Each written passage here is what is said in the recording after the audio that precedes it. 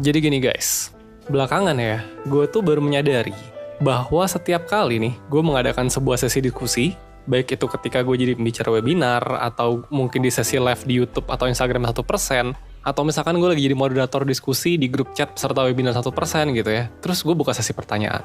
Selalu aja ada sebuah pola pertanyaan yang muncul, yaitu pertanyaannya kayak gini nih, Kak, aku normal nggak sih kalau kayak gini?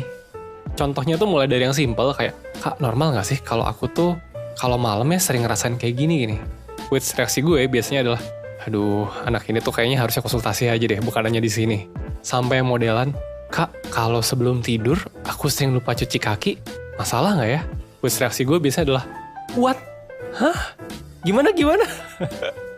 Percaya deh, pertanyaan kayak gitu, itu tuh sering banget ditanyain ke gue. Dan well, buat menjawab semua pertanyaan itu sekaligus, gue bikin jadi video aja ya jawabannya ya.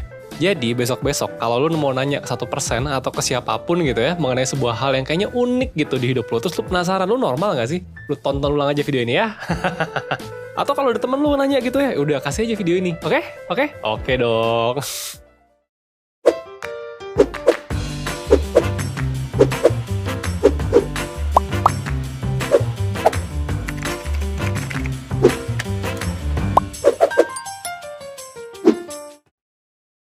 Sebetulnya, setiap orang itu tuh punya pertanyaan-pertanyaan kayak gitu di kepalanya. Tentu saja, pertanyaan tiap orang tuh beda-beda gitu ya. Jumlahnya juga beda-beda, dan kecemasan terhadap pertanyaannya tuh beda-beda. Kenapa begitu? Ya sesederhana bahwa manusia tuh emang punya kebutuhan untuk bisa relate sama manusia lain. Dan kalau kita nih punya suatu hal yang ternyata berbeda sama orang lain, rasanya takut aja gitu kan, bahwa kita ternyata nggak bisa relate sama manusia lain. Dan artinya, kalau kita nggak bisa relate sama manusia lain, ya manusia lain juga nggak bisa relate sama kita. Kayak nggak nyaman aja kan mikir bahwa orang tuh nggak bisa ngertiin kita gitu. Oke, sebelum gue masuk lebih dalam ke materinya, kita bahas dulu dari awal ya. Jadi gini, coba kalian yang nonton video ini, bayangin dulu deh, pertanyaan apa sih yang sebetulnya pengen kalian tanyakan soal apa yang kalian alami itu normal atau enggak? It's okay, jujur aja, seaneh apapun boleh, cuma dipikirin aja kok, nggak perlu ditulis di komen. Boleh kayak yang tadi udah gue sebutin ya, atau bahkan pertanyaan yang kayak, Kak, normal nggak sih kalau aku tuh makan Indomie tuh nggak diaduk gitu? Atau, Kak, normal gak sih kalau aku tuh seneng nonton ulang rekaman webinarku sendiri? Oh wait, itu sih gue.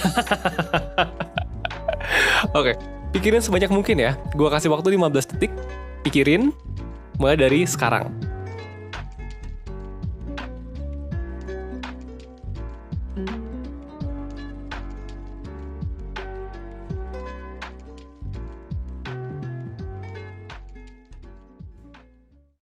Udah? Kebayang? Oke, sekarang coba gue tanya. Susah nggak buat kalian bikin daftar pertanyaan kayak gitu? Nah, kalau kalian ngeklik video ini, terus memperhatikan dengan seksama ya, tebakan gue sih, kalian tuh adalah orang-orang yang ngerasa ngedaftar pertanyaan kayak gitu tuh gampang. Iya nggak sih? Kalau iya, gue minta tolong banget lu like video ini sekarang. Khusus buat video ini ya, hal ini penting. Dan nanti gue bakal jelasin di akhir video, tapi kalau lu ngerasa seperti itu, pause bentar videonya terus like. Oke? Gini, buat kalian yang punya pertanyaan-pertanyaan kayak gini, biasanya kalian tuh belum pernah menanyakan pertanyaan tersebut ke teman-teman kalian. Makanya, nanyanya di tempat yang kalian rasa nggak akan diketahui sama teman kalian. Ya kan? Mungkin di komen YouTube 1%, atau di sesi diskusi webinar 1%, atau di chat grup peserta webinar 1%, di mana kalian bisa berdiskusi langsung mengenai materi webinar 1% bersama dengan peserta lain dan mentor 1%. Wait, gue malah promosi. Sorry guys, belum waktunya. Atau yang mungkin di akun-akun manifest gitu lah di Twitter. Kenapa? Ya karena tadi kan, kalian tuh takut bahwa ternyata jawaban yang kalian terima adalah ternyata kalian nggak normal, nggak umum gitu kan. Dan teman kalian ya yang kalian tanyain itu jadi mandang kalian aneh aja gitu. Terus yang ada malah jadi digosipin. Kan nggak enak aja gitu digosipin karena dianggap aneh ya. Meskipun sebetulnya simple ya, kayak mungkin sesederhana kalian tuh cuman kalau makan Indomie nggak diaduk gitu. Tetep aja kan kalau digosipin, tahu nggak? Si itu tuh kalau makan Indomie nggak diaduk loh. Oh iya, aneh banget deh dia, pantesan aja anak kayak gitu, makan Indomie nggak diaduk gitu kan. Nggak enak aja kan digituin. Gini, gue nggak bisa menjawab satu persatu pertanyaan mengenai kenormalan kalian itu, apakah sebetulnya normal atau enggak. Tapi ada satu hal yang bisa gue bilang, yaitu kecenderungan kalian untuk mempertanyakan kenormalan di kalian sendiri, itu tuh nggak sehat buat mental dan hidup kalian. Ingat, nggak sehat ya, bukan nggak normal. Karena normal atau enggak itu tuh relatif terhadap lingkungan mana lo ngebandingin. Kalau misalnya gini nih, lo makan buburnya nggak diaduk nih, tapi lo hidup di lingkungan yang semuanya makan buburnya nggak diaduk gitu. Ya lo normal lah di situ kan. Tapi kalau lo hidup di lingkungan lain ya beda cerita kan. So, Dari go gitu. Itu jawabannya. Lu bisa jadi normal, bisa jadi enggak. Tapi yang pasti, mempertanyakan kenormalan lo, itu tuh nggak sehat. Jadi gini, ketika kita kerap mempertanyakan diri sendiri, alasannya bisa macam-macam. Bisa jadi lu emang punya hubungan yang nggak dekat sama orang lain. Makanya lu jadi nggak bisa tahu gitu, orang lain tuh sebenarnya gimana sih? Dan lu jadi sering pertanyakan, apakah lu sama dengan mereka? Karena pertanyaan dua arah kan. Ketika lu nanya, apakah lu sama dengan orang lain?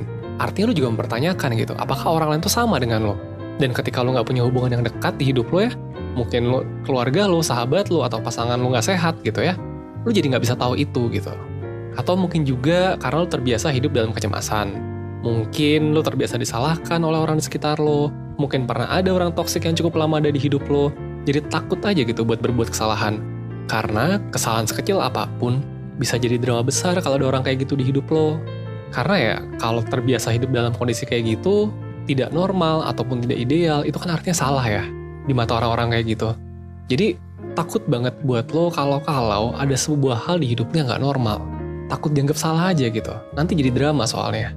Nah, kalau lo belum tahu definisi orang toksik, lo bisa cek lebih lengkap di video ini nih. Atau paling simpel sih, alasan berikutnya adalah ya lo emang overthinking aja.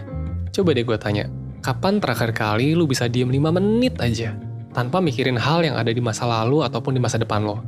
Ingat nggak kapan? Diem ya, bukan pas lagi kerja atau lagi main game. Ingat nggak kapan? Kalau lo nggak inget kapan terakhir lo melakukannya, kemungkinan besar lo emang overthinking. Nah, 1% juga udah punya beberapa video soal overthinking, lo bisa cek di sini ya nanti ya.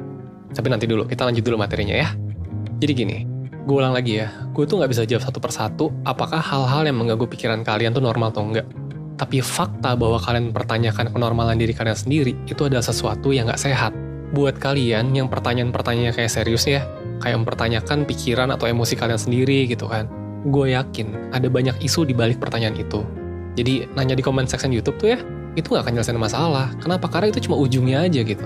Lu butuh ngobrol sama orang yang bisa ngebantu lo buat menguraikan ada apa aja sih sebetulnya di balik kecemasan lo itu.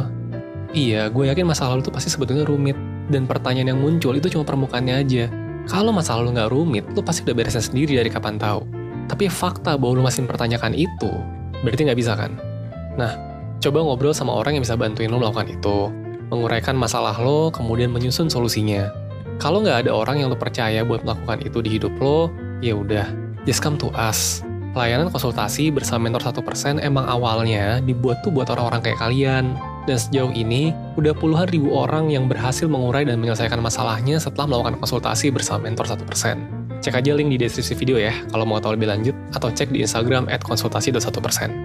Nah, buat kalian yang masalahnya nggak kayak tadi ya, yang nggak terkait sama pikiran atau emosi sendiri, tapi kalian sampai kepikiran, menurut gue, kalian lebih butuh lagi sih buat konsultasi.